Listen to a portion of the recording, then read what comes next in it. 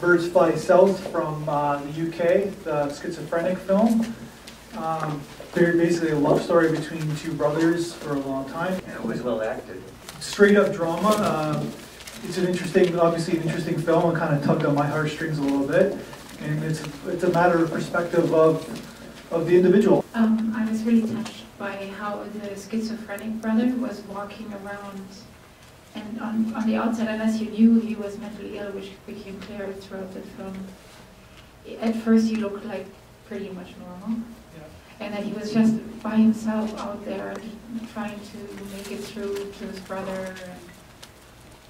And also, I'm very close with my sisters, so I feel like if anything happened to them, I would be there. So it's like the brother, like how he's just there for his brother, even though it's really hard to.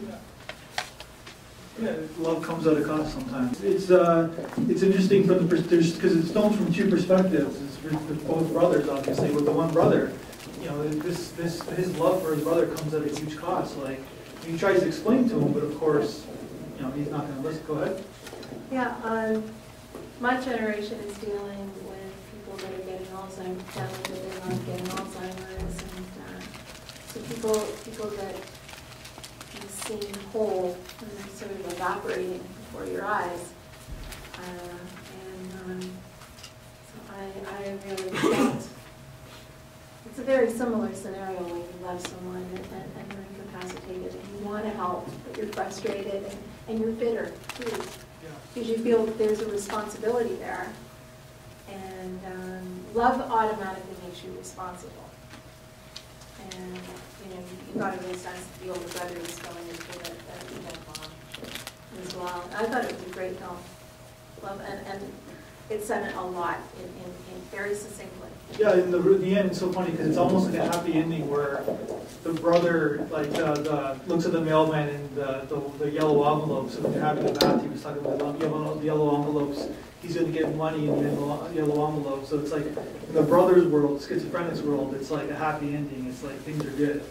So it's just interesting how it all kind of like goes in those different emotions. Like a small side note, just on the way that the film was done, I really liked how they depicted things from the schizophrenic brother's point of view. So instead of just showing his reaction to what was going on, I liked the way that it was depicted, what his reality and his perception was, because that's entirely real for him, regardless of whether or not watching the movie we know, no one actually pushed him in the tub, or nobody's actually saying these, personal messages over the news, but I liked the way that it was shown. I thought that it was done really well. Yeah, definitely, the use of sound and the way they kind of portrayed them. Like I said at the beginning, it's like this film is shown from both brothers' point of view. And it's a short film. It's very, very quick, in 15 minutes, and they kind of told us a lot. I just thought the first film, the message was like unconditional love. You know what I mean? Like family. I have two older brothers, so you choose your friends, not your family. So that was a huge, powerful message. That there's like unconditional love. It didn't matter. Like he was there for him no matter what. So yeah, that was powerful. There's a lot happening, and I don't know if you noticed in the end, he says, for my brother Steve. He kind of tribute to his brother Steve, so this might be a very personal film. I particularly enjoyed the staging right at the beginning, and the dirty dishes, the running water, the water that was left running, that it set you up for who this character really is, and it was a nice jump off to develop into him. So I have a comment and I have a question. So I like the use of the blurred for, I guess, to tap into what his thoughts were. So like when he was in the bath, and you see that kind of blurred images of being sunk, and then also when he was looking at the radio, I don't know if that was like his thoughts of the suicidal thoughts perhaps, of getting into his mind. So I thought that was really a good use of the camera. My question is, I always look at the name of the film, so I'm trying to understand why it's called Birds Fly South. So I don't know if anyone has any thoughts, but I was just wondering about that. Birds fly south, but then they come back.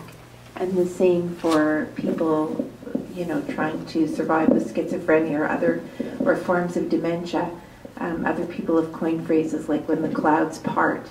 So there are times when there's a lot of clarity and times when there isn't, and it comes and it goes, and it's just really divine if you're there when those moments happen, but sometimes you're not.